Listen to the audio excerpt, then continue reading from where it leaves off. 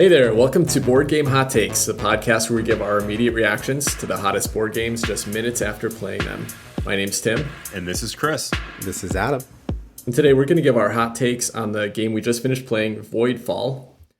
Before we give a description of the game, though, I do have some poll results to talk about. And I asked a poll on Twitter about buying upgraded components. Do you guys tend to upgrade components for your games? Do you buy aftermarket components or anything like that? Whenever possible. Chris, what's the most you've ever spent on a single component for a board game and then like total components for one board game? I'm not sure how to answer that. Does that include doing the upgrades, like to get the deluxe Kickstarter version versus the regular Kickstarter version? Just to give us one component you paid for extra that wasn't part of the original game. Yeah.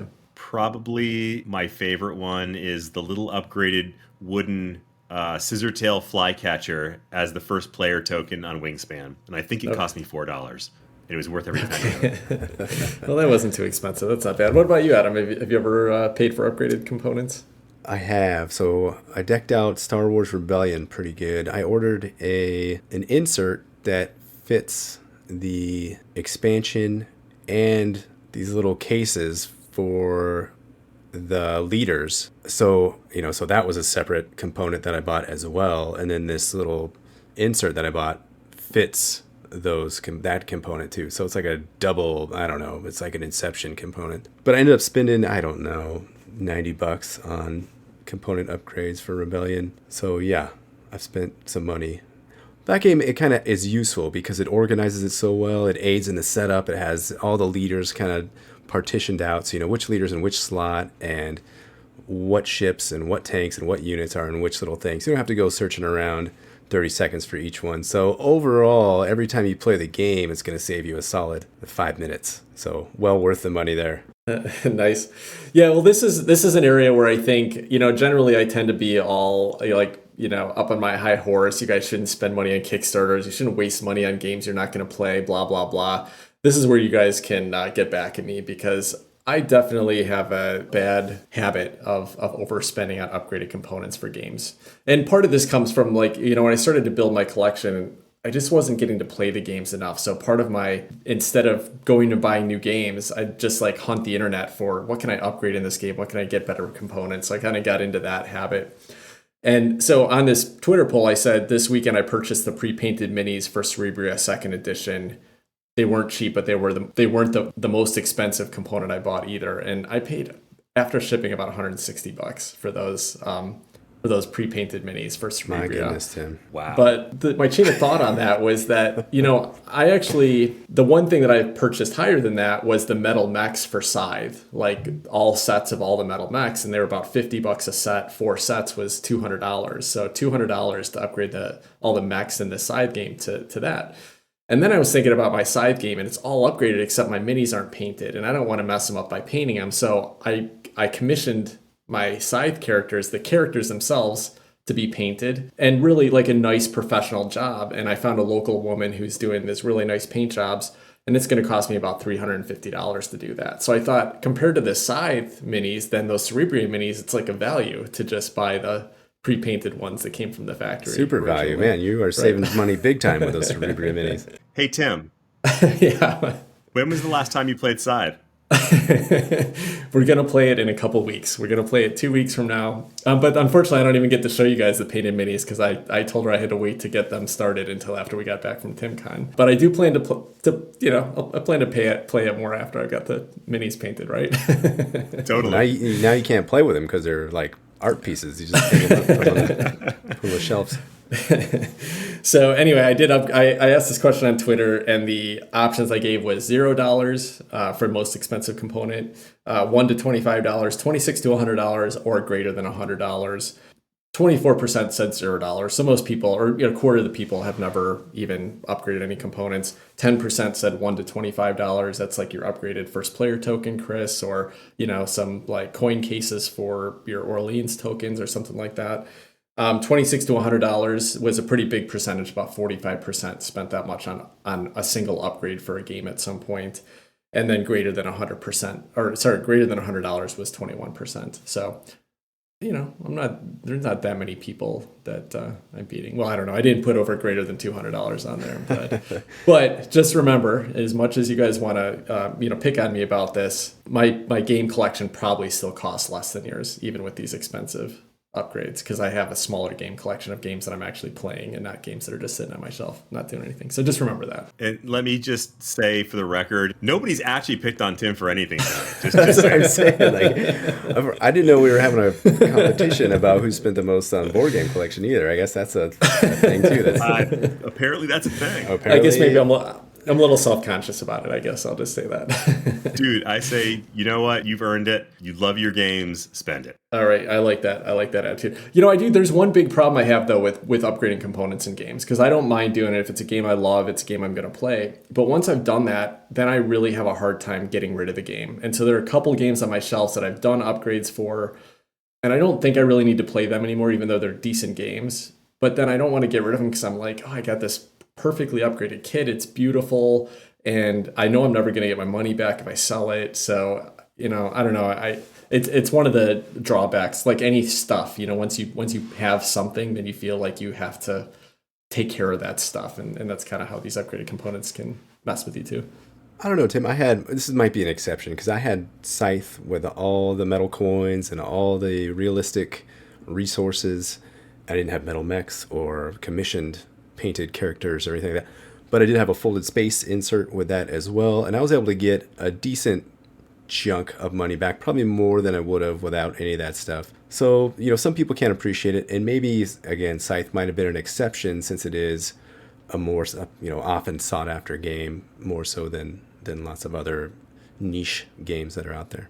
Yeah, that will wrap up that topic. So let's jump into a description of Voidfall. In Voidfall, you play as galactic civilizations trying to ward off the Voidborn, a mysterious ancient threat that's trying to take control of all sentient life, while also trying to build a thriving economy and become the most prosperous civilization.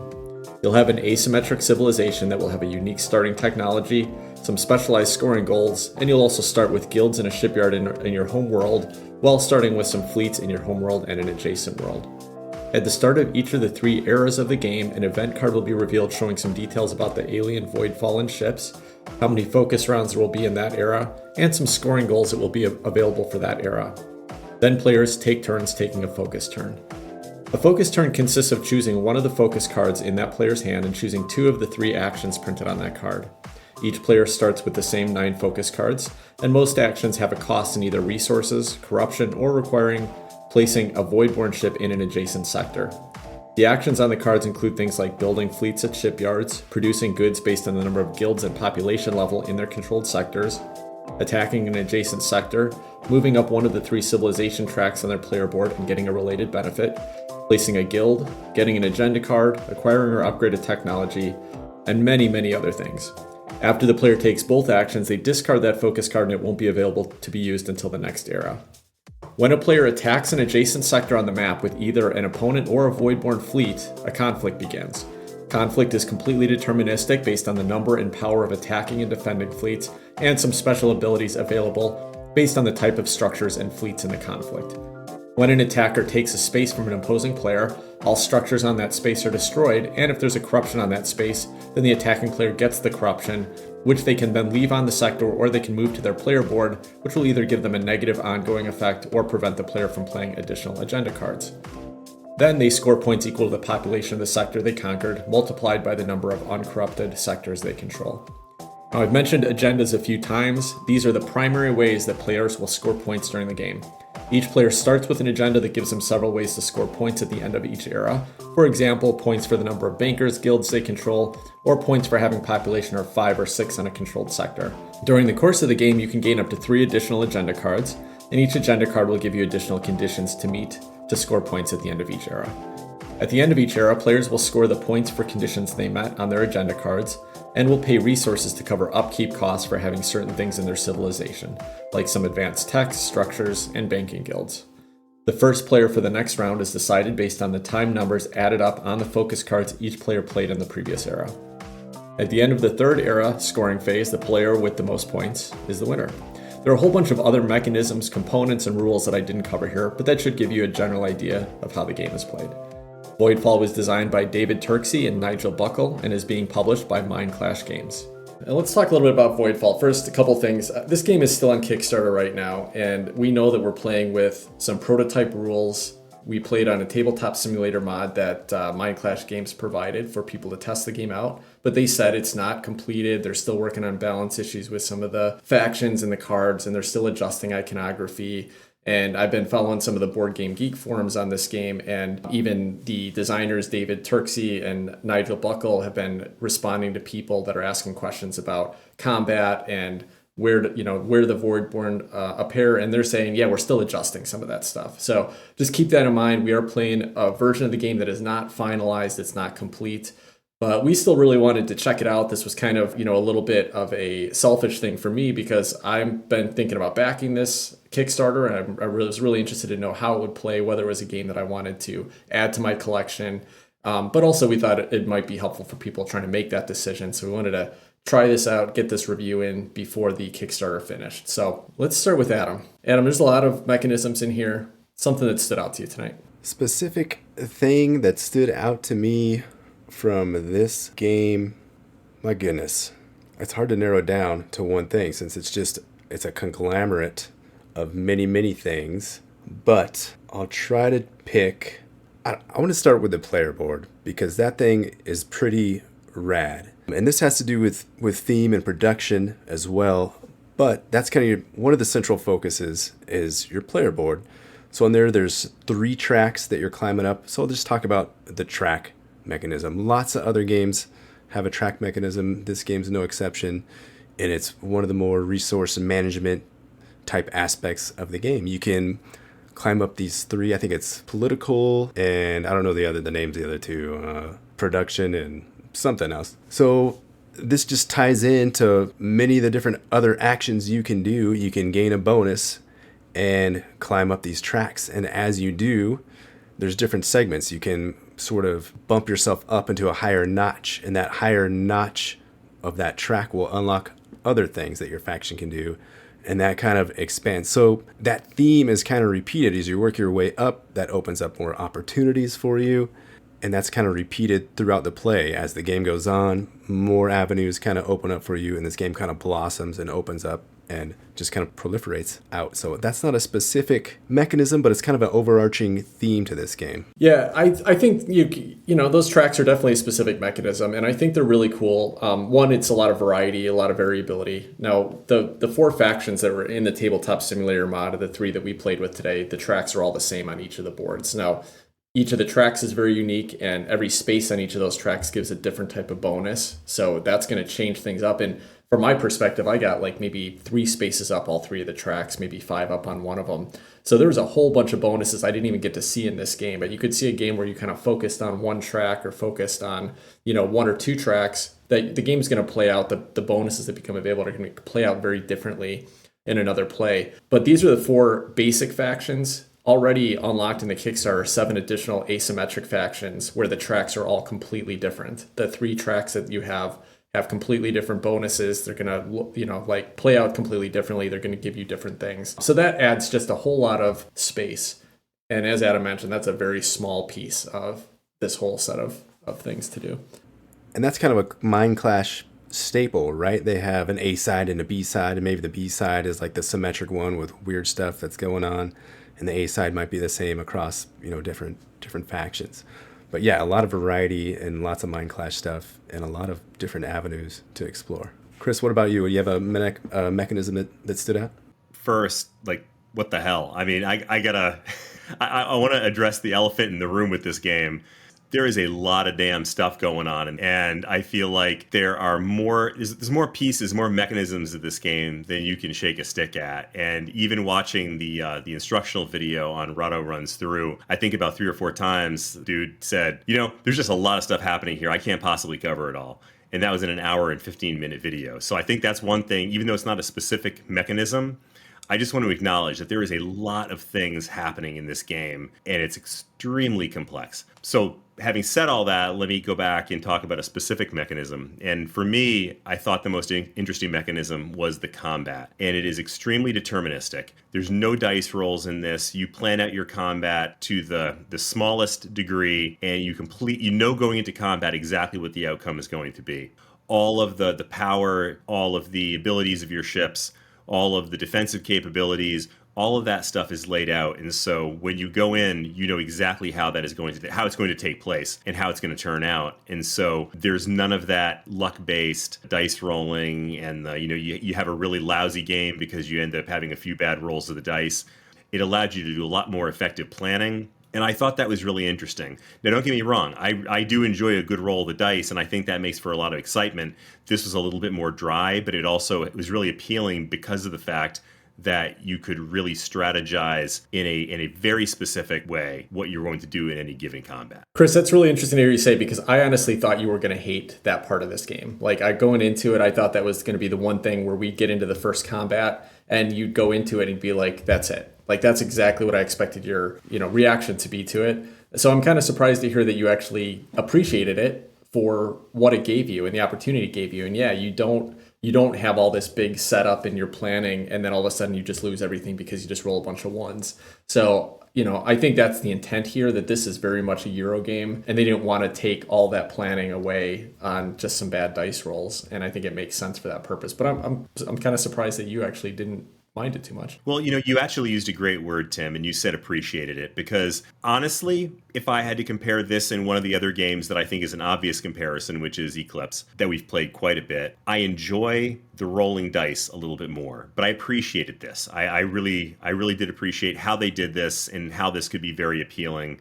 It does appeal to a very different kind of player, and so I thought it was very nicely done. Yeah, what they say too, from a thematic perspective, I think it's even spelled out in the rule book, is that basically, each era is supposed to happen over like 10 years of time. So when you're going into a conflict, it's not a conflict that's happening between a couple of fighters that are having a tactical dogfight. This is happening between 3,000 ships. Each cube represents like 1,000 ships or 100 ships that are in this long war over several years. And the resolution really comes down to who has the most military might, and that can all kind of be planned out before you go into it. So that's how it's represented here.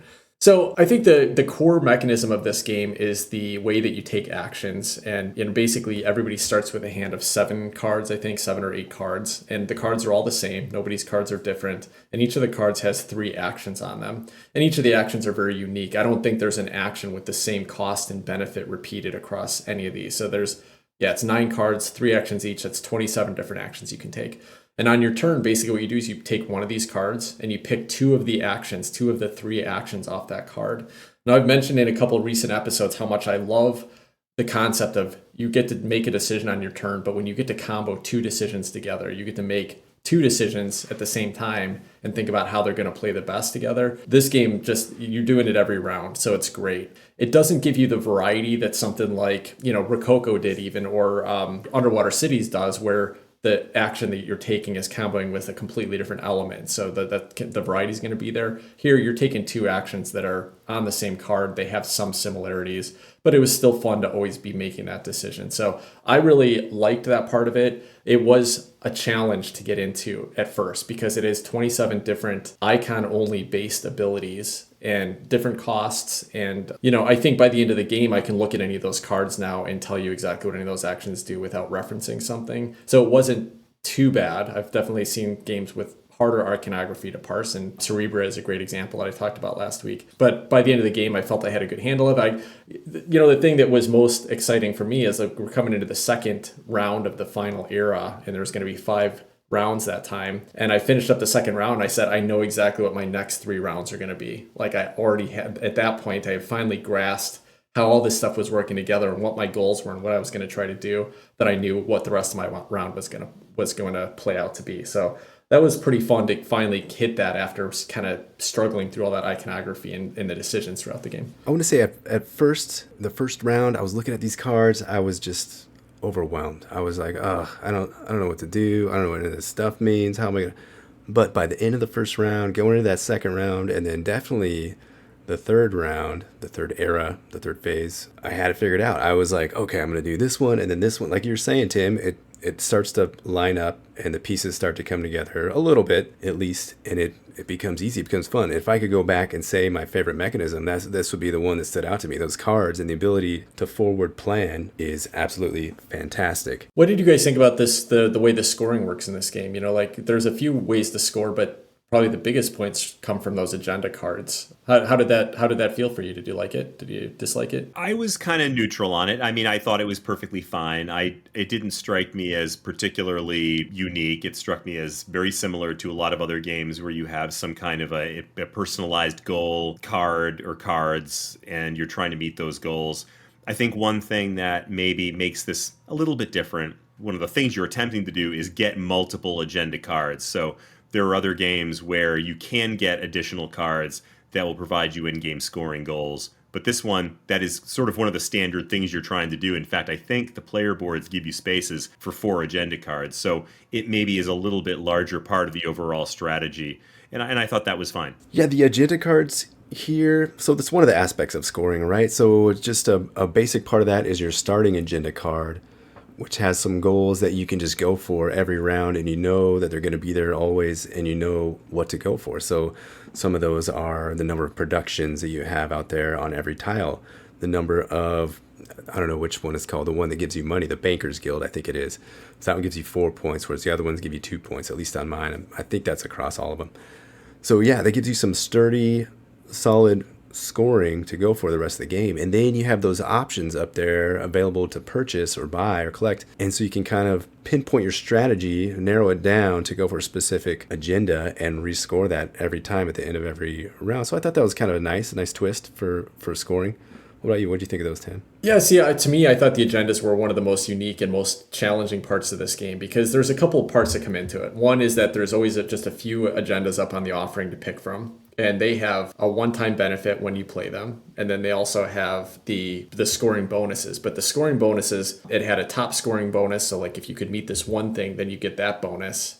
And that was a really high threshold. For me, I found them all to be really challenging to actually even hit that top scoring bonus. But then you would trigger another scoring bonus underneath that was much easier to hit and could multiply on a bunch of things from what I could see on all the agenda cards we saw. So it was pretty neat to see. And I think I really missed that until late in the game this time. It's like I should have been specifically planning for some of those agendas very early in the game, and I would have been much more successful. Did it feel like anachrony to you when when the event happens and you have to meet the top portion of your card in order to score the VOD? I got a little bit of that kind of feel from some of the agenda cards. Yeah, now you mentioned that while we were playing, and I agree. Now that you mentioned that, I do remember that was one of the keys that you kind of have to plan for over the course of the game to hit the benefit. But I like that this one, it was more variable and it could change throughout the game. So, like you could kind of, it's just such an interesting puzzle because also you have to get the agenda card, which goes in your hand, and then you can play it when you play the related card with it. And so oftentimes I was like, I want that agenda, but I already played that card this round, so I won't even get to play it till next round and activate it. So I better try to grab a different agenda. So there is that puzzle. And then there is the fact that you only have 4 slots, but if you get corruption, what felt like the least painful place to put corruption on your board was those agenda slots, which would block them out. But then you're limited by how many you can get there. So it's just like this big puzzle on how are you going to get these big scoring opportunities, and can you hit them even if you got them out? I think, Adam, both you and I had an agenda on our mat that we couldn't even score. Like we didn't even hit the top bonus for it. Mm-hmm.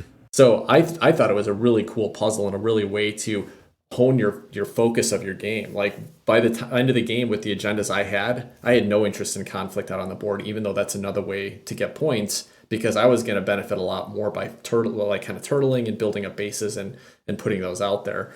Well, Chris, you had an early agenda, I think, that was motivating you to, like maybe your starting agenda was motivating you to spread out. So I think it's pretty neat that that's going to really change your strategy, what you're going on, what you're focusing on, what cards are important to you every game. So I loved it. I thought that was a really cool part of this. You mentioned the corruption. Again, another comparison to anachrony is like what is it called? The anomalies, Anomalies, I think. yeah. So yeah, as those anomalies get out there and spread, it kind of limits your options. Same thing here with the corruption. Those will go out there and kind of limit your options to what you can do. And they're kind of a nuisance, and you try to clear them out as the game goes on, and hopefully you get some sort of bonus or benefit that lets you clear them out as the game goes on to open those spaces back up. So for me, there was definitely a few, more than just a few, more than a slight comparison to Anachrony here.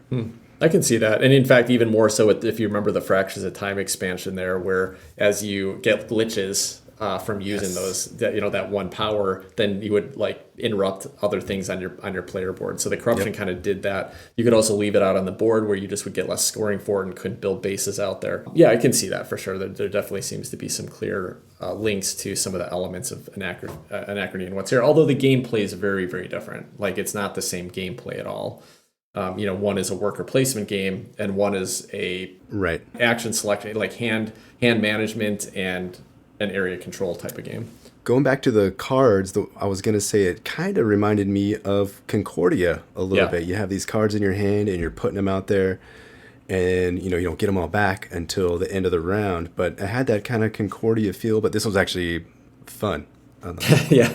Well, the corruption is actually, I think, a good example of something that I liked about this game. I can't tell you why this felt this way, but it did. It felt very much like there was so many things happening in the game in so many different ways to score and to proceed and to try to maximize your engine here, that you started going down some roads where you were completely abandoning certain things and really focusing on other things. Like, for example, one of the things that pops up a lot in the cards is scoring and producing science and money. By the end of the game, it occurred to me that I did not have a single science-producing token or a single money-producing token.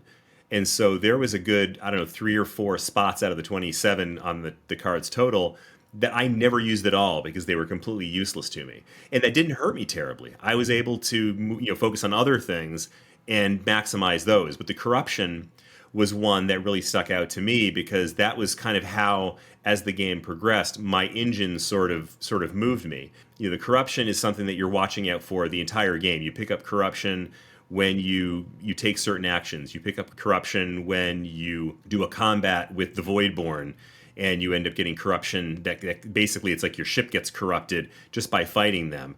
And so there's a kind of a bit of paranoia about getting too much corruption and having it start to take up those spaces on your board that could otherwise be used for something really productive. I managed to get a technology card called Purification that allowed me to routinely take corruption off of my board and then discard it. And it took a little bit of work to do, but all of a sudden corruption became a lot less of a concern for me, and I could really move forward with those things, the items that brought you corruption, and that was really kind of great. But again, it was the same scenario as before. Even though I had this ability to ditch one of the most difficult things of the game, I didn't win the game, and it was all very close. So the fact that I think at the end of the game we were maybe 5 points swing between Adam, who was first, and Tim, who was last. And we were all clumped right there, and we all proceeded in our game in very, very different ways. And I thought that was really kind of neat. I noticed you had to call out that I was last tonight. Thanks for bringing that up. I will say we did have to cut this short. It wasn't a complete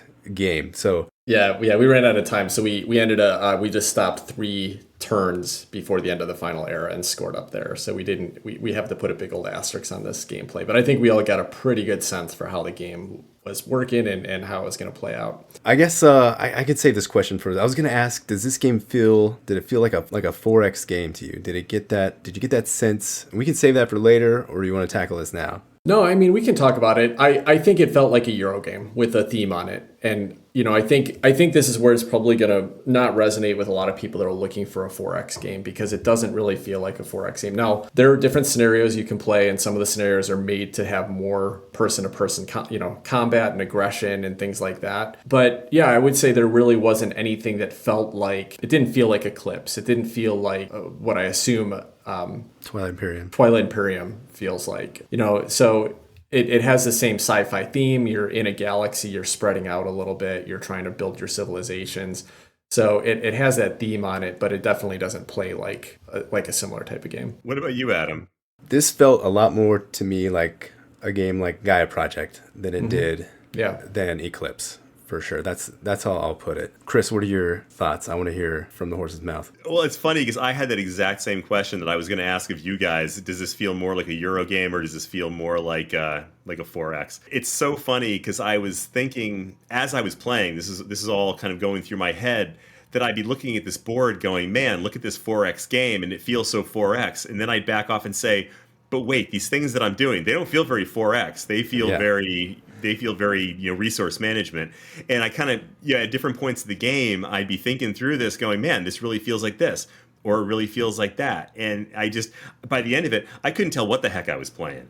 So it was a little bit, there's a little bit of cognitive dissonance there. Yeah. And listen, the designers in Mindclash have said, like, very straightforward, this is their marketing thing, right? This is their whole spiel, is this is a 4X game for Euro lovers. And so they're not trying to hide the fact that this is a Euro game. Now, one of the things I thought was fun about it was that the map, the things that were on the map, the Voidborn even, it was just another Euro resource that you were playing with. Like, am I building up enough of this resource, which was, fleet power, to then move into this sector and get access to more resources? So if you put a dry, European theme, like on a city on it, you could turn this into Orleans or whatever, and it just would be a lot drier. So, that's kind of how it felt. Now, I do think, though, that if you were playing one of the more aggressive scenarios where you had to stress about the person next to you, oh, he's got a couple of dreadnoughts, I better build up some sectors to protect myself here, or I better evacuate and move out of this other sector because I'm going to lose this one and I better reinforce myself. I have a feeling that would feel more 4X-y because you definitely would always be watching. It'd be this Cold War thing where you're watching the people around you, you're watching how they're building up their military and how you're having to protect against yourself. I think the feeling would change a little bit there, and the focus on the game and what we're trying to do would change a little bit if you had that threat. But in this game, where we were kind of on opposite ends of the board, and right up in the last era, we were almost on top of each other, so there could have been a conflict. But without that threat of conflict, I didn't really care too much about how much. If I wanted to focus on my other parts of my scoring engine, I didn't care how much fleet I had. I didn't care how many, how much protection. I didn't care what size ships I had. None of that stuff really mattered too much. So that part of the puzzle just didn't feel like a space battle puzzle. I think it would in a more aggressive scenario, though, a little bit more. Now, Chris, were you planning to go in a sector with Tim or I in there and duke it out, or did you have the ability to get in there? I don't think that I had any sense of strategy going into this game. Okay. I was stumbling around from thing to thing, just like I assume you guys were. Maybe you weren't. Maybe you got it better than I did. I certainly would have attacked you if the opportunity presented itself. But that was really kind of interesting that we never really got to that point. That there was all this stuff happening. There was people building up. There was Voidborn building up in the spaces. And yet it never felt very aggressive. And the idea of someone attacking never really started coming into play until the third era. In fact, at that point, people started saying, well, Chris has these dreadnoughts, which, just for the record, I used exactly once and never made any kind of use out of, really. Then maybe we better build up some space here or build up some defenses so that Chris can't attack us with his dreadnoughts. But even that was kind of an afterthought. I felt like there really was not any aggressiveness in this game. But yeah, just again, I want to reinforce here, because if people are listening and they're like, oh, I don't want to have anything to do with that game where you can't actually interact. This was the starter scenario. It was made to be as easy and light as possible.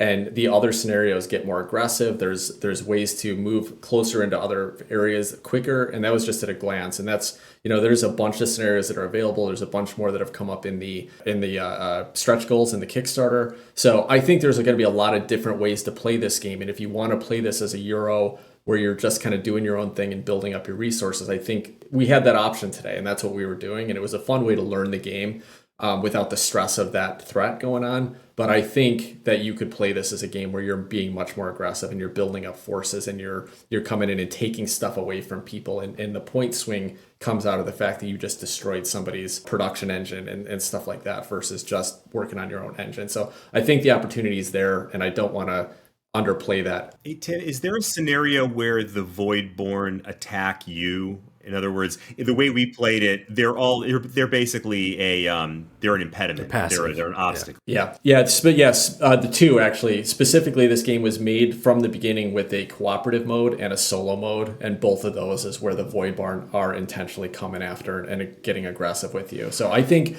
they intentionally left that out of the competitive play, and I don't know that there isn't a single competitive scenario that does that, because maybe there is. But if you can imagine, a lot of the times the way that an AI is going to be aggressive is going to be random. And so if you're doing this big heavy Euro and then randomly somebody's getting attacked more than somebody else, I could see that being a challenge. Well, it's no different than the Ancients and the Guardians in Eclipse, right? They just sit there until you come in and move in on them. So that's right. Similar in that regard. Yeah, that's actually absolutely right. I was going to ask, while we're on the 4X subject, still the explore aspect of this game. No, maybe there's variants that have a little more explore. I felt like there was zero exploration going on here. Do you guys get a sense of that, or are there variants where you're flipping tiles or discovering stuff, exploring? I do know that there's a little bit of exploration in that when you go into an area, you can take over. You get one of those tokens that get flipped, so you get some resources from it. So there's that, and that doesn't really differ that much from Eclipse, where you move into a sector and then you get a new production planet, or you get a couple resources or whatever. It's minor, but that's what you're getting on these tokens, is a production resource or whatever. There's a scenario I know though where there are fallen houses. So basically these are supposed to be kind of like civilizations that are almost wiped out, that you can go and move into their sector, and you might lose. It's like you lose a force, but then you get the benefit of this house. And so that's going to be spread out over the board and randomized every game. So that probably adds a little bit of an exploration feel to it. The amount of variance and just different setup patterns and things you can do are pretty neat here. I think there's going to be something for everybody, even the most diehard 4X, the most diehard resource management people will probably have something in this game for them. Yeah, except for not gateway players, not players that like later games. I don't think there's going to be anything in here for you. But if you like a heavy game, I think you'll probably be able to find it in here. A couple more quick mechanisms, because I know we're getting late here, but I really dug all the things that happened at the beginning of the round and at the end of the round. Some of it felt like upkeep, but I like the way you pick first player. That was such a fun mini game to me, right? Like basically whoever had played the most time costs on the cards from the previous round would go last. So whoever played the least would go first, but that didn't mean they were actually going to go first. What that meant is that they get to pick which place they're going to start in. And depending on whether you were going first, second, or third, you'd get a different random benefit, getting worse, like better benefits the later you go in the round. And also you would get less points for starting that round. So that was a really fun decision for a simple little add-on that also helps set who is the first player in the next round and what benefits you got going into it. I like that. I like that whoever was going to go first got to choose from two random event cards that kind of set like how strong were the Voidborn that round, what bonus did you get, what were some extra scoring benefits it got, and how many cards did you get to play that turn. So I like that little phase too. That decision point was fun to think through and talk through and explore. So for things that are normally just like upkeep, set this up, these were actually fun decisions to make while you were getting yourself set up. Another mechanism that stood out for me was the amount of points. People might say point salad. I don't think so. I think it's point resolution, given the adequate amount of points for different aspects of the game. So I think if we played this all the way through, and I think I've heard scores up in the 300s, and so when we finished, we were all around 250 or mid 200s. And that seemed about right for the different actions out there. It didn't seem point salad. It seemed like they were all hard earned, and the amount of points you got for doing the different actions seemed all relatively weighted correctly. So I appreciate the way that they scored all the different potential areas where you could get points from.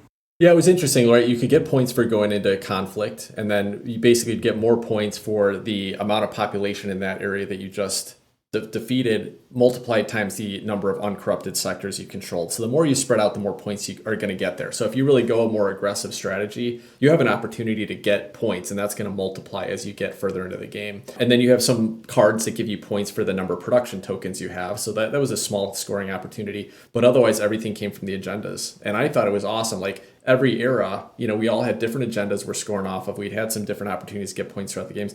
And every era we ended up within 10 to 15 points from each other. And it was escalating. The first round we were in the 50s. The next round we were in the 150s. The third round we're in the 250s. And like you said, if we'd been able to finish up the game, probably would have been in the 350s. So pretty cool that we had different strategies, different point scorings, but it wasn't a point salad. It was very specific things you had to work towards and achieve.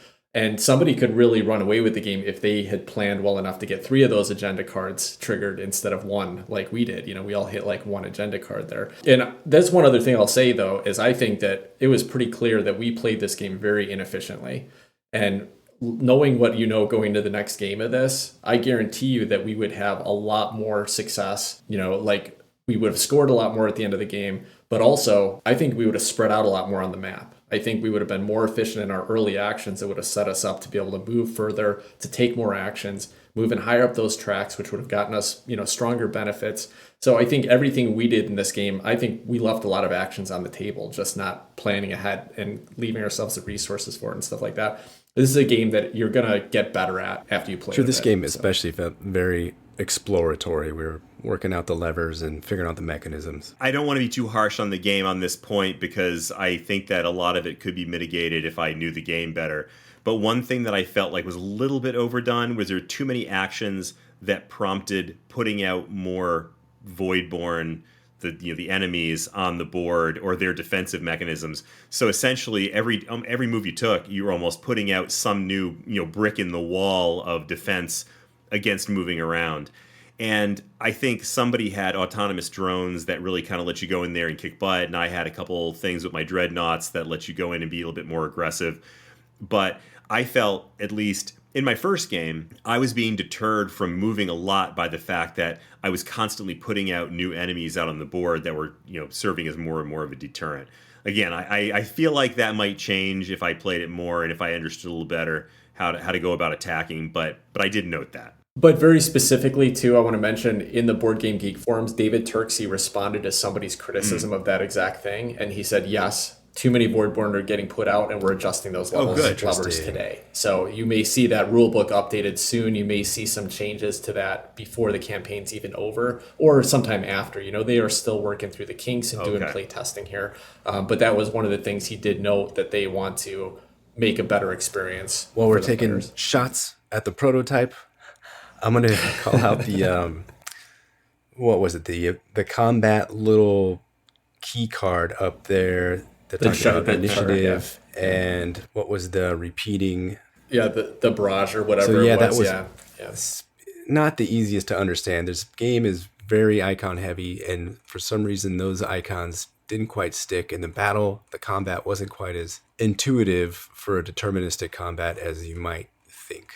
Yeah, what Adam's trying to talk about is there's basically a player aid that is there to reference how combat works. And so it's set up in a little chart where you're supposed to look at, the first round of combat as you go in there and you see if there's any defensive mechanisms that do something when you first move in, and then you go into the actual attacking phase. So there's an approach phase, and then the salvo is what the word is. Salvo, yeah, there you go. And then each of depending on the types of bases that are out, the types of ships that are out, it's supposed to do different things on the chart. And that we just found that completely unusable. Like, even by the end of the game, where we knew exactly how everything worked, we still couldn't quite understand how the chart was supposed to help us or be a reference for us. So unfortunately, I don't think it solved the problem. Now, maybe once you really know it, and it's just there to be a reference to say, like, okay, I don't have to go and open the rule book and remember how much, like who's got absorbability and who's got, this other thing. So maybe it would be useful. I don't know. I felt like the little chart that was in the rule book was much easier to use than that. I feel like if Nigel Buckle or David Turtsey or Paul Grogan, which, by the way, I used that video. I just want to give a shout out to that video. Sorry, let me find that real quick. Gaming Rules. The Gaming Rules video was well done. That helped me figure out the rules as published. I feel like if they were here to explain that combat to me, it would have been easy. But looking at this little chart and then trying to decipher it from that just didn't stick for some reason. All right. That's a lot we talked about. You guys, anything else you really wanted to touch on with mechanisms before we jump into the production? I'm sure that we could sit here and talk all day long. There's a lot of things we didn't touch on, but I think we hit some of the key ones. Let's talk about the production and the theme of this game. We talked a little bit about the 4X theme that's coming in here. Now, obviously, we played on Tabletop Simulator, and we know that this Kickstarter is still in the works, and they're going through through upgraded components based on stretch goals and things like that. So we didn't see the final production. I want to start by just talking about the artwork. The player board artwork was beautiful, evocative. What a cool representation of these different races that are stretched across the galaxy that clearly have very different civilizations going on. I think Ian O'Toole really knocked it out of the park with the sci-fi look and feel of this game. So from a component perspective, everything looks totally beautiful. The card all has artwork on it. Even though there's a lot of stuff going on in the cards, there's cool artwork on the cards. So that's what I want to start with. I thought the artwork was great. What about you guys? Anything that stands out to you from production? It's hard to argue with what you just said, Tim. I mean, it is a great looking game. And I think, we played the TTS mod, which is obviously going to be a little bit less satisfying because you don't get to hold those big chunky miniatures. And so I would love to try the physical version of this game. All indications that we've seen from the Kickstarter campaign is that it's going to look phenomenal. So I think it's going to be a super satisfying game to hold in your hands. Tool and Mind Clash games have a reputation and a stellar reputation, and it looks like they're going to meet or exceed that reputation here. Just the player boards, I touched on it earlier, the player boards alone look amazing. You slot in your faction into the board. You slot in the little agenda cards on the side. You slot in cards on the top, and it's not just like you tuck them. There's actually a little slot where they fit in there snugly, and they're not going to move around on you. The ships all look fantastic. The sectors, it looks like they're going to be triple layered. They have, again, the upgrades for the metal components. So it's going to be Anachrony level or higher, it looks like to me. Tim, what are your thoughts here? Yeah, and it's going to be like most Mind Clash's productions. They're going to have 2 levels. There's going to be the basic version, which is still going to have the beautiful artwork and a lot of the, like, they think the 2-layer, double-layer player boards. But most of the components are going to be cardboard in that version. So your ships are all cardboard, your tokens are all cardboard and things like that. But then, of course, they have their, I forget what it's called, but their deluxe edition. And that's where you get big plastic minis, all different models of ships. They've just, a couple of the stretch goals already, they have those void storms, which are these kind of barriers that go between different sectors. Those are now going to be plastic minis. It's pretty clear they're going to release plastic minis for the Voidborn ships as well. There's a upgrade and add-on where you can upgrade all the sector production buildings, the guild icons, as well as the little buildings, all to metal tokens. So the installations, so those are going to be metal if you do the add-on. Obviously, it's going to get pretty expensive if you get the top production here. I think it's going to be worth it, though. I think it's going to be a really amazing production to play with if you care about that stuff. You're going to get a lot of it. I have one negative on the production, and that is the choice for the guilds and the installations. I just found them very abstract. And, when you're looking at these sector boards, and there's some really cool, if you look up close on it, each sector has kind of different planets on it, different colored planets, but then it's also laid out in this kind of neat, sci-fi background. But then those tokens don't really represent an installation, or they don't represent, a building of any kind. They're really easy to read, and I think I appreciated that, because you do a lot of calculation as far as okay, how many dice do I have here? How many guilds do I have to upgrade on my production board to match that up and stuff like that. So it was very easy to use, but it did take a little bit away from the theme to me. But that was really the only thing I would say I had a minor complaint about it. It's not serious. I wish they could have found a way to represent those that looked more like something that would be usually I'm the one complaining about these kind of things, but I feel like I have to defend this game a little bit in this case, because I feel like they did that out of necessity. There's a lot of stuff happening on these hexes. So for those who haven't seen the game, along the top of the hex there is, I think, 4 or 5 slots, little areas where you can put triangles, where you can put a base or a shipyard or what have you. And then at the bottom there is 3 more spots where you can put the guild or the production facility. And then there's a spot for a die that's going to tell you what the population of the area is. So there's a heck of a lot of stuff going on in those hexes. And I feel like if they tried to get too intricate with that, it would have been a little bit much. I mean, I always love to see something that's more representative, but I think in this case that they probably did the right thing. I don't think you're wrong about that, Chris. And maybe they tested some other stuff out. I wish they could have pulled it off, but you may be right. This was the best way to make it easy to use and easy to read, and it definitely worked that way. And by the time we were done with the game, I was just looking at it and saying okay, how many banking guilds do I have? How many shipyards do I have? And it was very clear for me to see that they represented those things easily, obvious to read. A couple nitpicks for me. The dice on there, I wish they could do something besides a D6. That's kind of, it stands out as bulky and weird. And maybe they will. Maybe they'll come up with something else. And then all the stuff, the beautiful planet art gets washed out. It's so tiny and in the middle. I wish they could make it full size or something. I know everyone's got their own takes on art and functionality and this and that, but I wish the sci-fi theme, they could have brought in some giant planets, covering 7/8 of the tile, and then have the little plugins, the sectors and this and that.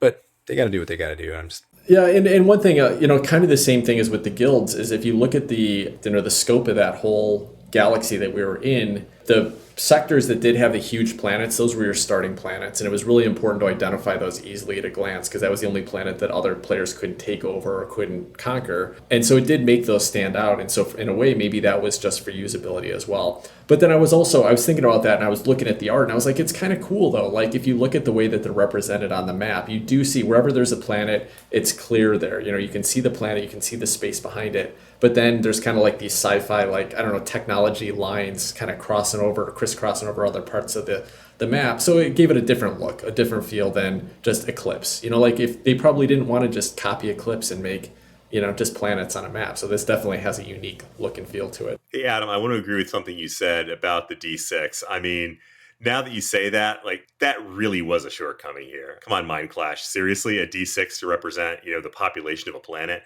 Having said that, they did create these really cool little, I don't even know what you call this, but like these little cups that you set the dice in to indicate that they've been corrupted. That was kind of cool. Maybe that mitigates the crappiness of the D6 a little bit, but whatever. What if that D6 was a metal D6 and it had like people, like inset, like people illustrations to represent 1, 2, 3, 4, 5, 6 instead of a single pip? Like they could probably make it a D6 and still look a lot cool and problem feel solved. Possible future stretch goal, right? But hey, here's a question that I want to ask because I know that we really have different tastes in games. Tim, you're hardcore resource management. Adam and I trend toward area control. In the end, what kind of game did you guys feel like you were playing? And did you feel like the flip side? So for example, I think a lot of the mechanics were very resource management. The atmospherics were very 4X, area control, etc. How did you feel at the end of the game? How did you feel about it? Was it a Euro game? Was it a 4X? What was it? I felt like I had just played a somewhat confusing Euro game. That's where I land, solidly in the resource management Euro game area. What about you, Tim? Yeah, there's no doubt about it. This is a Euro through and through. And, I've said this a billion times, like, why do we have Euros with stupid themes set in medieval cities or set in, pre-industrialized London or whatever? That's what they did here. They made a heavy, Euro strategy game set in a cool theme. And even, like I said, made some of the elements of what you're managing is your defenses, your fleets, your ships. It's not just like pushing, farming goods back and forth across a state line or something like that. It's doing cool things like managing cool resources. And that's probably what a huge space battle would be like. It's fleet resources, it's logistics, you got to manage you got to create more clones to operate your fleets, or you got to farm from the local uncivilized planets, or whatever you would have to do in a galactic battle of this scope. That's what we were doing. In a galactic battle, the admirals. You throw your guys out there, roll the dice, and see how it all works out. And whoever rolls the dice the best wins the galactic battle. That's how it all works out, Tim. I hate to agree with Tim, but I gotta say in this case, there's an old army saying, and that's lieutenants discuss tactics, generals discuss logistics. And I think you're right about that. I think that is very true in this game, that the scope of it, you end up spending a lot of time thinking about the resources, because that's what it takes to win a war. Yeah, and one other thing about the theme that I want to mention here is that there is a pretty neat backstory that Mind Clash has been kind of building to get this Kickstarter created. If you watch the first 3 days coming right up to the Kickstarter, there was a little story talking about this guy who goes back to his home planet and walks into the government building, and all of a sudden everybody's acting weird, like the leaders there are acting weird, and then this Voidborn, what they're basically doing is taking control of the people and then turning them into slaves, mindless slaves. And so he manages to get off the planet right as they're about to lose their minds and get taken over as well. And she's able to tell this other government, a galaxy away, about this, and that's how this insurrection starts up to stop the Voidborn. So there's a story that starts there, and then throughout this Kickstarter campaign, every day their release has consisted of like talking about what's coming up new, but also having a new part to that story and where it's going, and you're getting introduced to these new civilizations, and that's during the stretch goals. The new civilizations are new player mats and things like that come in that you've been introduced to, and they're very unique, and there's a lot of story here. There's a lot of theme that they've put into this thing that is a Euro game. One of the other things that's kind of interesting is like the co-op version of the game. That's supposed to be what happens when, hey, all these worlds have to work together to stop this crazy force that's coming through. And then the competitive is like, hey, we've stopped the Voidborn. There's little remnants of them left over the galaxy. Now we're working our ways to become back up to the best governments again. So I think like Mind Clash is known to do, they have tried to work theme consistently and heavily throughout this game. And I can't wait to see what the finished product looks like, because I won't be surprised if there's like a storybook that comes with it or some heavy theme written into the actual rules book and things like that. And I think even though you're playing a Euro game, they're trying to give you a really thematic experience here, and I think you can get that out of it if you wanted. I couldn't agree more, Tim. If I'm going to be kind of giving away my answer in the last segment here, but if I'm going to be forced to play a Euro game, not even forced to play a Euro game, if a Euro game is around and I see this one right now, this is the one I'm going to pick. All right, well, let's jump into moments of the game today, memorable moments. Anything particular, Chris? What was a memorable moment for you? There was a couple of them, and they were disappointing moments, but ones that I would learn from for the next time. There's this tier on the progress track, and we talked about it earlier. Adam raised it in the first segment where we talked about there's a politics, production, economics, or something, and then there was politics. I was so proud of myself because I was getting ready to move up into that last spot, and it was 40 points. I mean, 40 points is pretty significant. That's huge. The spot right before that, the benefit it gives you is recreate a move from another card. And I thought, well, that seems a little too simple. Why don't I just recreate the one that lets me move up this track, and then I'm going to get up there and bam. Once again, now I'm going to get my 40 points.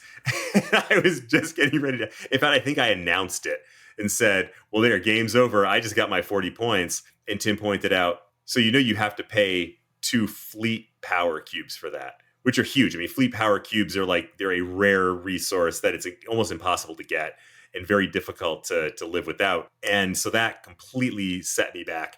So I just thought that was a funny moment because it was just purely inexperience with the game, but it really pointed out how important it is to think through your move and to plan ahead, and then to act accordingly, and that nothing is going to be easy, that everything is you're going to pay a price for everything. The standout moments for me were all learning moments. And the first, 2 eras of this game, there were several turns where, you guys spent, 5 minutes each taking your turns and talking through them and asking questions and getting through the iconography. And it came back to me, and I should have had my turn all planned out, right? And I thought I did. And then I'd start to go through it and always realize, oh, I just missed that one resource, or that I just can't quite do that thing because there are these little levers you have to pull all over the place. If you want to move up this track, you got to do this thing. If you want to upgrade this technology card, you have to have met this particular restriction. And so it was tough at first. It was never frustrating to me. I actually enjoyed it every time. It was more just like, oh man, I'm sorry guys, I got to make you guys wait again a few more minutes because I have to rethink my whole turn and figure out my thing. By the end of the game, I was like, I felt like I really had it figured out. I understood what all the levers were. I understood what all the things I need to be watching for and looking for were. And that was really exciting. This is a game that is not simple. It's got a lot of little pieces, little layers on top of it, but I feel like they all paid off. Like they were interesting levers to push for me. That restriction on moving up the tracks and how the higher you got up, then there was some cost to get up higher in that track. It made it so that somebody couldn't just push up that track without also planning in advance and doing some other things to get there. The fact that if you wanted to continue to stretch out into the galaxy while the Voidfall are multiplying, that means you have to plan for it. You have to build up your fleet in order to continue to grow. You can't just do that thing without thinking of the consequences of what's coming later. And every one of the cards had a different cost on it, whether it was putting Voidfall out or paying resources. So you had to plan the resource management. You had to plan around the agenda cards. So really it was all the moments were always like those aha moments, either like, oh man, I totally missed this thing. Now I got to rethink my turn, or ooh, now I really see how this all comes together and I can plan my next 3 moves out. And that was really exciting to me. So yeah, to me, it wasn't like something happening. It was more like, whoa, I just realized this game has another layer on it. What about you, Adam? Similarly, for me, after spending hours in a Southern California freeway system of inefficiency, I broke free to the back roads and had it all to myself and started putting the pieces together. And I was able to move into this sector, attack the Voidborn fleet, conquer them easily with my, Chris mentioned the technology. I had some autonomous drones or something to slaughter these guys. I was able to do that, get this bonus, move up this thing, go over here, grab this thing, and do like everything that you want to see happen in a resource management game, combo some things up. More than that, it was the pieces all coming together and it started to click for me. And that felt great for a game like this. I was worried that might not happen the entire night, but it did, and it was wonderful. Yeah, and just to speak about that specific technology, for example, that autonomous drones, which Chris mentioned earlier, is like Adam had this amazing technology, you could just wipe the Voidborn out. But it wasn't that simple. Adam had to get rid of one of his very rare trade tokens to even use that ability one time. So Adam had to get a technology, had to get trade tokens.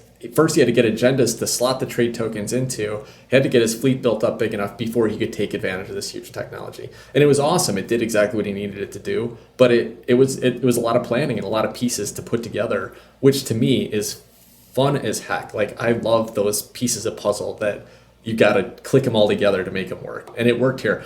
And one of the other things that's interesting, maybe it's because I spent the whole weekend thinking about this game and reading the rule book and like watching play videos. But even though it was a lot of pieces and it was a lot of iconography to get through tonight, I felt like it was comparing, let's say, to Cerebria. If you listen to my review of Cerebria last week, I talked about how tough that game was to get into and how hard it was to grasp the concepts of it and the terminology. And I didn't feel that way with this game. I felt like it was much more obvious what you were trying to get to, what you could do. And yeah, getting through the iconography is tough. And then making the decisions, because you got so many decisions to make. But that starts to come together too. That starts to get more streamlined. And I think you play this 2 or 3 games and it's going to be, you're getting right in there and just whipping right through it. And I would like to present the award for understatement of the evening to Tim for this game is not simple, because this game is not simple in the way that putting a rover on Mars is not simple. I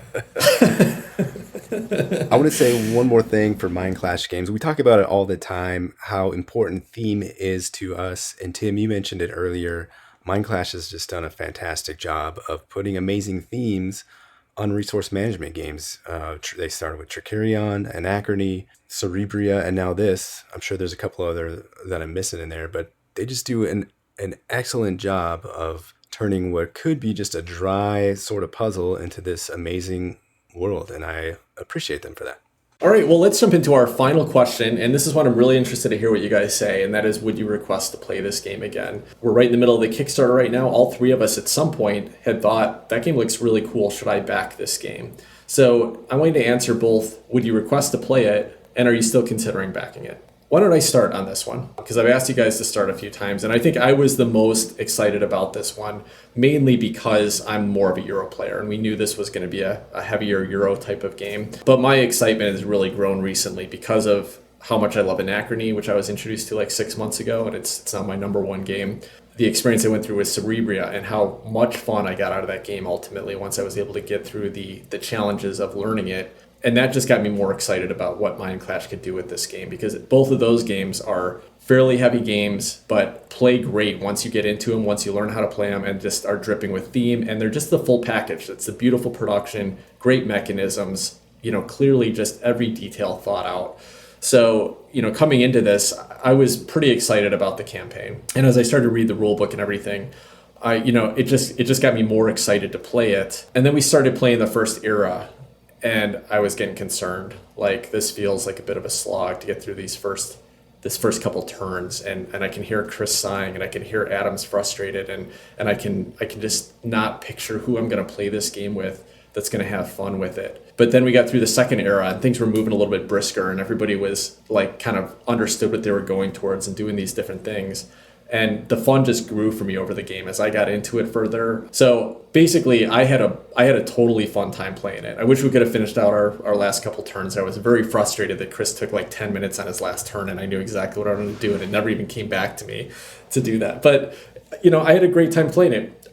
I do have a concern. Is this going to get played very much, if I pick this up? I don't know. But I don't think I care. I think that this game is beautiful enough. It does have a solo mode, and I think the gameplay is straightforward enough now that I think I could get into it and play the solo game fairly straightforward, fairly easily. And I think it'd be a fun puzzle to do solo. But hopefully I can. Hopefully I can get it played with other people. I'm gonna back it still, and I will be requesting to play it whenever I can find the right group that want to sit down and get through it with me. What about you, Adam? I am glad you're backing this one, Tim, because I will not be backing it. I don't want to have an Anachrony situation where I bought it and it just sits here and then you were going to buy it off me anyway. So I'm glad you're back. Well, I don't need 2 copies. I will be more than happy to play this whenever we cross paths, Tim, and I will request to play it when we do cross paths because this game is amazing from head to toe. Again, it's do I need to own it? I don't need to own it, but I'm glad you're going to own it and I'll be happy to play it anytime. But Tim, here's the question. Are you going to back the basic version or the deluxe version? Yeah, I'm going to back the deluxe version. Listen, it's an expensive game, and the deluxe version is expensive too. But I kind of mentioned it. It's a great kickoff when we were talking about the survey at the beginning. But I kind of think of these games as when I do add a game to my collection, it's a special game. It's something that I'm hoping to really enjoy for a long time. And yeah, I haven't played Scythe for a year, but I'm still in love with that game. I still want to play it. And maybe Voidfall will get out once a year, but I want it to be an amazing experience when I have it out on the table. I don't want to be playing Space Core 2025 to 2040 or whatever, or whatever that game was with just ugly cardboard shits and stuff like that. If I'm going to have an epic experience that only happens once in a while, I want it to be epic, from head to toe. So the deluxe version for me. Chris, are you going to request to play this, and are you going to back it? There's a lot of layers to unpack with this. I agree with pretty much everything that Tim said. I'm really concerned that I will play this game once a year and it's going to be with you guys anyway. And so do I need to back this thing? But I'll come back to that. The game is beautiful. It's everything that I like in a production for a game. It was a Euro game that completely had me fooled. I mean, I was sitting there feeling like I was in the middle of a 4X. I love the theme. I love the components. I love the way that it, they had the little weird Cthulhu-like tentacles coming up around the dice. I did not feel like I was playing a resource management game, but I was. And I thought that was a really neat way that they handled this game. That said, I was frustrated for a lot of the beginning of the game because the iconography is so heavy. And I know that some of that might get fixed, but there's a lot of stuff that takes a lot of thinking and a lot of interpreting. And even by the end of the game, I don't think a turn went by that I wasn't asking Tim for a rules call or, what does this icon mean? And I guess over time, that's going to go away. You're going to learn the parts and the pieces and what the icons mean. But if it's a game you're playing once a year, it's going to be a little bit more of a challenge. All of that said, I'm dying to get this game on the table again. I mean, I really want to play this again, and I think it's going to be a lot of fun. And I think it's one that if you played it in relatively quick succession, you'd really have a great experience because it's a game with a ton of depth. And if you're able to internalize those icons and some of those more nitpicky edge rules, then it's going to be a really great experience, especially if you're playing it with people who are hardcore gamers, who have played the game before, who know the game. It is going to be a difficult game to teach to people who aren't hardcore gamers. I mean, for example, I play games with my wife and she even likes some heavyweight ones, things like Terraforming Mars and, high medium weights like Tapestry, things like that. This is a game I would never pull out to play with somebody who wasn't serious about gaming. Now, all of that said, it's just too beautiful to say no to. So it's probably a pretty good chance that I'm going to back it. And I can't have another one of those situations like Eclipse where, Adam's got this gorgeous game sitting in his house that I, total FOMO. So I think the answer to both of those questions is still probably yes. That's awesome, Chris. I'm actually, again, I'm pretty surprised because I assumed this was going to be much a heavy Euro and something that you would find too dry. So I'm really glad you enjoyed it and enjoyed it enough to actually consider backing. I think that's pretty cool. It says a lot about this game. If you're a new listener to our show, Chris leans towards the very thematic, high production quality, exciting troops on a map games, adventure games, things like that. So this obviously still hits some of those, some of those triggers that get you excited. I agree with you, Chris, about the teachability of the game. I think that's going to be the biggest challenge with it. I think it's worth the hurdle. Interesting. Again, I'll go back to my review of Cerebria from last week. That was really hard for me to learn and internalize. But teaching it, I felt was pretty relatively easy. It's easy enough to talk about the components on the board when you're teaching it to somebody. This, I think, will be much harder to actually teach. And it gives somebody the information they need to be able to make strategic decisions on a first play. I think this is a game that will be very hard for someone to do well at playing competitively on a first game. And I think the teach could be a real challenge. All that said, I think it's a hurdle I'm willing to jump through and hope that I can get it taught to some people. But I agree, Chris. It's not going to be an easy one, and it's got to be with the right group of people. But I think one wild card that I'd throw into this whole mix is that Adam brought to our attention another game which looks like there may be some thematic overlap, and that was Fractal, which he listed as one of his top upcoming Kickstarters. And I don't think that it's gone live yet. I think it's just getting ready to go live. But yeah, tomorrow. And I'm really interested to see how that game looks and whether it looks like it's going to play similar to this game or whether it's going to be more of a traditional 4X.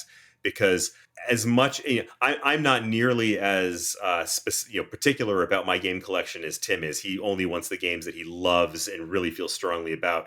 I'm okay with having a few games around that look beautiful but aren't particularly useful to me. Windward. Yeah. Windward. This is one where I would want to see what the overlap is there, because I'm not sure I need to own both of those. Or maybe I do. I just don't know. But I can definitely see, there's these two big Kickstarters that are coming out around the same time that seem to have at least some thematic overlap.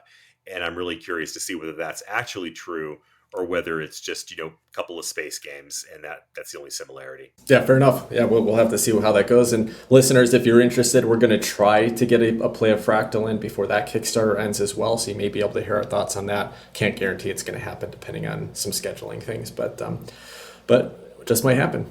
Any final thoughts, or you guys ready to move on? One final thought. I feel like I need to say something about Gaia Project, because Gaia Project is one that you guys mentioned a couple times during the course of playing this game.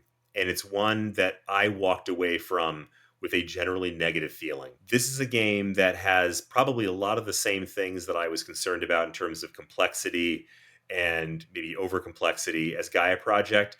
But for whatever inchoate reason, I walked away feeling really positive about. Yeah, I'm not sure what that means, but it's in my head.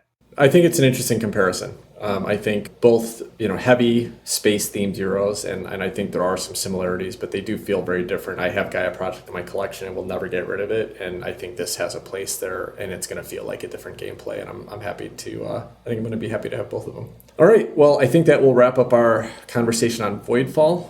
We're going to talk about a few things that have been on our table right after this.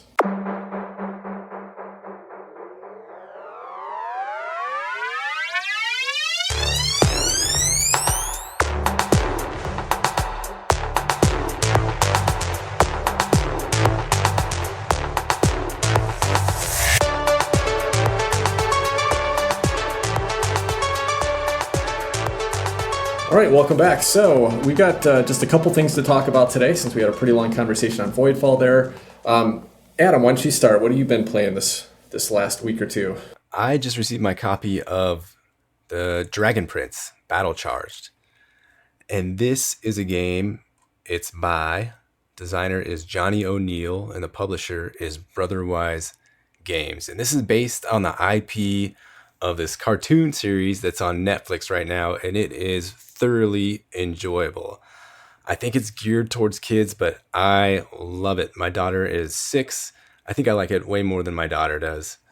For sure I like it way more than my daughter does. I'll just be watching this when no one's around. I don't know why I'm telling you guys and our 6 listeners that we have, but I love this show. It's great. It's got adult humor. It's just very representative, excellent stories, fantastic artwork. So is the game any good? I think it is really good. You have these characters from the show. They all have a thematic deck of about, 20 cards or so. And so you play 2 characters at a time if you're just playing 2 people. So it's 2v2, but you're 2 of the characters and you work in concert with each other.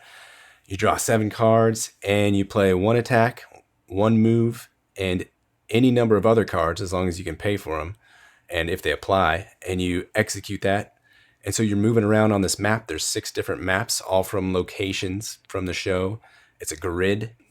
I guess it's like a tabletop tactical skirmish game is what this could be called. I think it's kind of like Unmatched. I've never played Unmatched, so I don't know. But there's aspects of terrain and line of sight, so you have to be aware of that. And it's just a fun game. The cards represent the personalities and characteristics that the characters have in the show perfectly. All the artwork is screen captures from the show, and the artwork from the show is beautiful, and it's all executed very well in this little package. That is The Dragon Prince Battlecharged by Johnny O'Neill and Brotherwise Games. How many players does that play up to? It plays up to 4, so you can have, well, it says here 6. Now I feel like I'm on because it says here 2 to 6 players. But I don't see how you would do that because I think you can only do 2 versus 2. Maybe I got to read the rule book harder for some 6-player variant, but that's all I am aware of is 2 versus, you'd still do a team 2 versus 2 where each player is 1 character. Yeah. Hey, Adam, this is a show that I'm not familiar with. Do you feel like this is one where you kind of have to know the show to really get into the game, or does it really just stand on its own? I think it would definitely help if you knew the show, because everything about this game is, it has little snippets and scenes from the show. Maybe if you were just into dragons and magic and mages and stuff like that independently without the show, which I'm not into. But having seen the show and knowing the characters, it brought me in immediately. I wanted to buy this game because of the show. So yeah, it would definitely help. And I'd say, very fringe. If you're on the edge and this is just your thing without knowing the show, then you might be into it. Fringe like the people who play board games. All right, well, I'm going to bring you guys back in history about 130 years. The city of Chicago is burned down by a fire. Chris's birth. Oh, come on now. Hey. From a cow kicking over a gas lamp, and this whole city's burned. But they're trying to rebuild it. And one of the best ways to do that is to bring tourism money in. And so Chicago vies for the World Fair in 1893, and they managed to win it. And in order to support this huge fair, they build up all these buildings and parks. They build up new structures to support all the traffic, the millions of people that are coming to Chicago from all over the world. And right in the middle of this rebuilding and this huge event that's happening, a murderer shows up in the city and starts killing people. And he actually ends up buying a building with a pharmacy attached to it and pretends to be the person running the pharmacy, but it's also a hotel behind. And he's actually built this kind of maze of booby traps and murder rooms and all this grotesque stuff you can imagine. And so that's the reason I'm sharing all this, is because the game I played was Crimes in History, H.H. Holmes Murder Castle. Now, if you want to read more about this interesting character in this interesting time period, there's a great book called The Devil in the White City. It's by, I think, Eric Larson is the author, and it's a nonfiction book. It's really fantastic. I found the history of Chicago even more interesting than this mass murderer that lived at that time. But that's how the game's set around. The game's set around H.H. Holmes. So wait, just to confirm, that's all accurate. Everything you just said that actually happened in Chicago. Yes, it's all accurate. H.H. Holmes was a real person, and the place and the crimes that he was involved with. That's what this game is set about, and it's all true, all real. So this game is set in H.H. Holmes' Murder Castle, and you are one of the people that maybe helped him build this castle. You didn't know at the time that he was doing something awful, but you had a suspicion, and the cops are coming down on you. They've heard about some people disappearing, some things happening, and you might be a suspect. So what you have to do is try to collect enough evidence in this house that convicts Holmes and gets you off the hook without him catching you and killing you. And so the game plays in a lot of ways. When you set it up, you're going to look at it and say, this looks like Betrayal at House on the Hill. You all start in a couple little starting areas. Holmes is in the basement somewhere. And the goal is to move around and find evidence around this house. But it's got some fun little Euro mechanisms to it that really elevate this above that game, above Betrayal at House on the Hill. So if you like Betrayal at the House on the Hill, I would say check this out, because I think there's a lot more fun gameplay in here than you get in Betrayal, and it's a lot more clear and concise and there's some fun moments in it. If you don't like Betrayal at House on the Hill, I still think this is a fun, light game. Basically, the way it plays is that you have that kind of modular setup where you've got a couple rooms showing, and then there are 5 or 6 action tiles that players will take turns picking.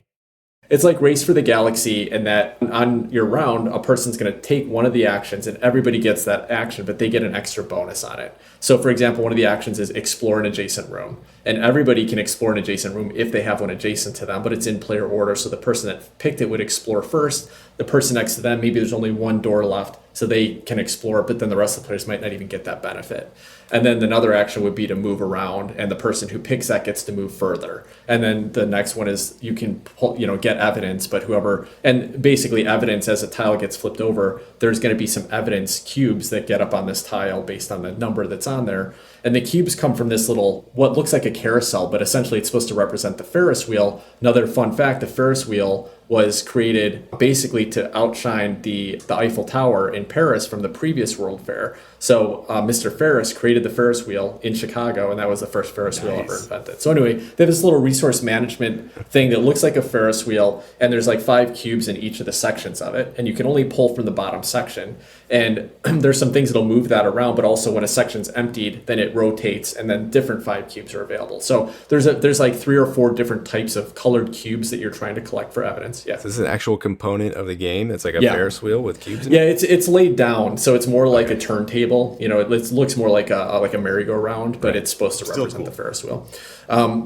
So cool. But so in any case, essentially, you don't always have the same types of evidence colors available. So you can know when you're going to trigger that you're going to turn over an exploration tile. Well, what kind of evidence do you need? There's, yellows, reds, and browns in there, but I really need a blue. Let me flip the Ferris wheel first so that I can get to a different type of evidence and potentially pull it out there. So there's a little bit of a resource management to it. But the way that what you're trying to do is basically fill up all 4 types of evidence. There's like 4 different types, and they're little tracks. So and they're dual layer player boards. So you take these evidence cubes and you put them in these tracks. And if you fill up all 4 tracks, then you have to get back out to the pharmacy, which is like the exit, and then you win the game. So that's basically what you're trying to do. Now, a couple things that are going to get in the way of that. One, every time that H.H. Holmes moves into your room, you lose. I'm trying to remember, you don't lose an evidence token, but he puts like a token on your board that makes your evidence harder to get. And if he ends up filling up all 4 of the slots that make your evidence harder to get, then you die. You're out of the game. So that's one thing. You want to stay away from H.H. Holmes. And then other players of course, can race in and try to get the evidence before you, depending on the player order and stuff like that. And there's an event that happens at the end of every turn that's going to move H.H. Holmes. Whoever flips the event gets to pick, like there might be 3 rooms available to choose from, so they get to pick where he goes, so they can send him after a player who's collecting the most evidence. There are some asymmetric player powers. Everybody's got a player power they can use one time. So it's some clever, fun little, fairly simple mechanisms. I had a really good time playing it. I would never request to play it again, but I would play this 1,000 times over. Don't ever make me play Betrayal at House on the Hill again. I hate that game. It's a terrible experience. This gives you some similar feels, but actually gives you some agency, some choices to make, and it's just as fun moments, fun exploration in it. So I would recommend this for, if that's your type of game, go check this out. It's worth looking into. If you want to play, a heavy, meaty strategy game, it's not what this is, but it was a fun little experience. Tim, how'd you find this? How were you introduced to it? What kind of group did you play it with?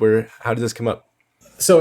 So funny enough, I heard about this game a couple years ago, I think on Blue Peg, Pink Peg, and it stood out to me because I really love that book, Devil in the White City. So when he was talking about it, I was like, oh, cool. I always loved the lore of that story, but it didn't really sound like a game for me. So I wouldn't have picked the game to play, but I was just at my local gaming club and we were just wrapping up a game and I had about 45 minutes more and I had to leave. And so someone was like, hey, I just picked this game up and it's a shorter game. Do you want to play it? So that's why I jumped into it, because, I had a little bit of time to play with it. And I just wanted to let her get her gameplay. And we played I think it was a 5-player game. I think it plays up to 6. We had either 4 or 5 players, and I think we got it done in 45 minutes. So it's a relatively quick game, but again, with some fun little decisions in it. I liked it more than I expected to, so it's got that going for it. All right, well, I think that'll wrap us up. Chris didn't have anything you wanted to chat about this week. He's been too busy with real life stuff. So I think we'll wrap up this episode. Listen, we love to chat with you all. And if you'd like to find us and chat with us, leave your thoughts on our show, ask questions about our game of Voidfall. We'll be happy to answer them. You can find us on Twitter at BG_hot takes. at Facebook at Board Game Hot Takes, maybe at Instagram at BG_Hot Takes, but Jen hasn't really been keeping it up there, so I don't know. We'll see if we keep that one open. Let's let hit her up on there, send her some messages, tell her to keep putting some pics up there. But anyway, you can find us on all those places. We'd love to chat with you. Also, if you can help us out, leave us a review on Apple Podcasts, or even if you hear about a game that we talk about and you decide to back it on Kickstarter or you buy it from a publisher, whatever. Let them know on social media. Let them know that you heard about it from us. I think it helps us. We're going to get exposed and access to newer games from publishers if they know that we're selling games to people. So keep that in mind. All right, I think that'll wrap us up. Until next week, take care, everybody. Bye, guys. Bye-bye.